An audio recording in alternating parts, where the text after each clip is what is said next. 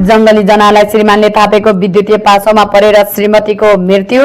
विष्णु पौडेलको बन्दी प्रत्यक्षीकरण रिटमा सर्वोच्चको आदेश। 3 व्यवसायीका मुद्दाको फाइल झिकाइने। विधि विज्ञान विशेषज्ञका लागि स्नातकोत्तर योग्यता अनिवार्य हुनुपर्ने मन्त्री पुनको दावी। राजसभाका नवनिर्वाचित केन्द्रीय पदाधिकारी र सदस्यले लिए शपथ। सम्झौताका सबै बुँदा लागू नभएसम्म अमेरिकासँग प्रत्यक्ष वार्ता नगर्ने इरानको अडान। बजेट नल्याउने 23 स्थानीय तह मन्त्रालयको निगरानीमा 3 दिनभित्र जवाब दिनुपर्ने। सुस्ता र कालापानी नेपालकै रहेको र कूटनीतिक माध्यमबाट समाधान गर्ने परराष्ट्र मन्त्री खनालको स्पष्टीकरण र प्रत्यक्ष निर्वाचित राष्ट्रपति प्रणाली नै नेपालमा सान्दर्भिक रहेको वामदेव गौतमको दावी।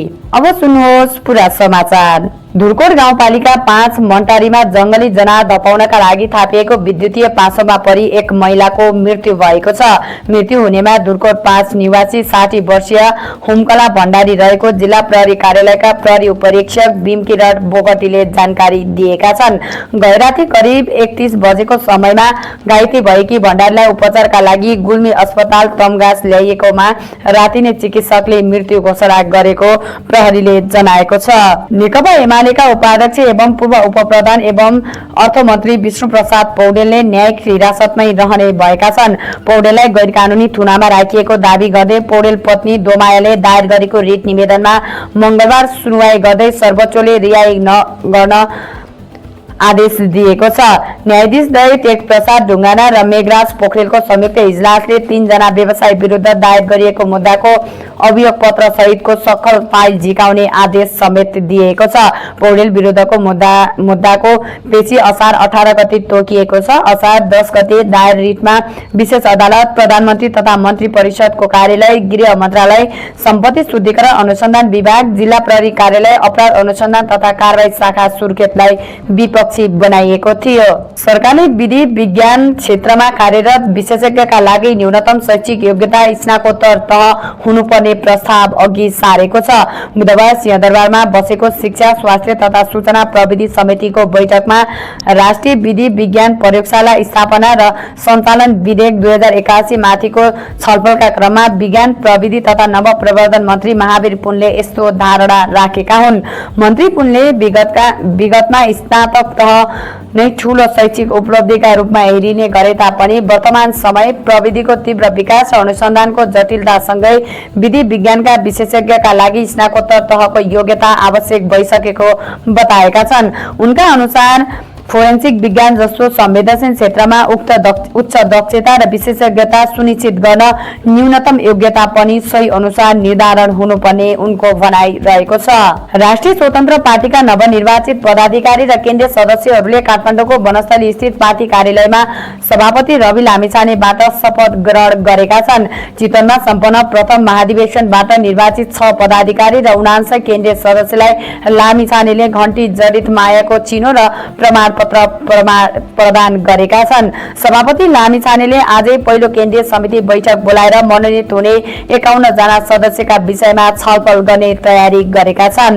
इरानले समझदारी पत्रमा उल्लेख भएका सबै बुँदाहरू पूर्ण रूपमा पालना नभएसम्म अमेरिकासँग प्रत्यक्ष शान्ति वार्तामा नबस्ने स्पष्ट पारेको छ। यससँगै दुई देशबीच स्थायी रूपमा हुने भनिएका शान्ति सम्झौताको सम्भावना फेरि अन्यलमा परेको छ। अमेरिकी राष्ट्रपति डोनाल्ड ट्रम्पका ज्वाइँ जारेड कुशनर र विशेष दूत स्टिभ विटकफ मध्यस्थताकर्ताहरूलाई भेट्न कतार आइपुगे तापनि इरानले अमेरिकासँग कुनै पनि प्रत्यक्ष वार्ता नगर्ने भएका छन्।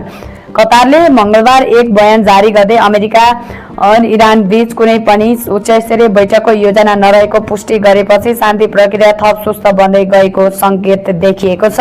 भूमि व्यवस्था, सहकारी तथा गरिबी निवारण मन्त्रालयले समयमा बजेट पेश नगर्ने 23 वटा स्थानीय तहसँग स्पष्टीकरण मागेको छ। मन्त्रालयले 3 दिनभित्र बजेट ढिलाइको कारण हालको अवस्थाबारे जानकारी गराउन सम्बन्धित स्थानीय तहलाई निर्देशन दिएको छ। कानूनी व्यवस्था अनुसार स्थानीय तहले असार 10 भित्र बजेट पेश गरी असार मसान्तभित्र पारित गरिसक्नुपर्ने प्रावधान रहेको छ।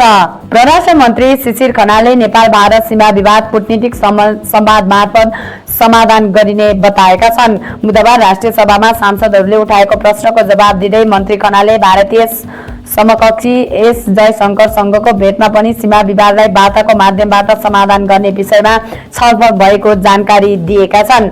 उनका अनुसार नेपाल भारत संयुक्त प्राविधिक समितिले अधिकांश स्थानको सीमा निर्धारण गरिसकेको भए तापनि सुस्ता र लिपुलेक लिम्पियादुरा कालापानी क्षेत्रमा भने प्राविधिक तहबाट सीमाङ्कन टुङ्गो लाग्न बाँकी रहेको बताएका छन्।